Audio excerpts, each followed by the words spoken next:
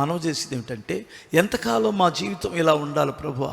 ఎంతకాలం ఎండిపోయిన బ్రతుకులు, ఎంతకాలం ఈ చితికిపోయిన జీవితాలు, ఎంతకాలం ఈ అవమానం, ఎంతకాలం ఈ నిందలు, ఎంతకాలం ఈ లేమి, ఎంతకాలం ఈ యొక్క శాపగ్రస్తమైన బ్రతుకులను వేడిస్తే అర్థమవుతుందా?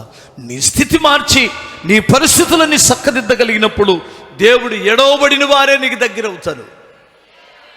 ఒకప్పుడు అందరూ నిన్ను విడిచిపెట్టారా? బెల్లం ఉంటే ఏమైంది? ఎగలన్నీ ఏమవుతాయి?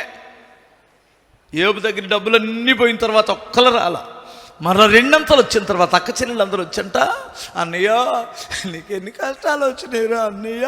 ఎప్పుడు ఏడవాలి ఇల్లు? పోయినప్పుడా కూడినప్పుడా?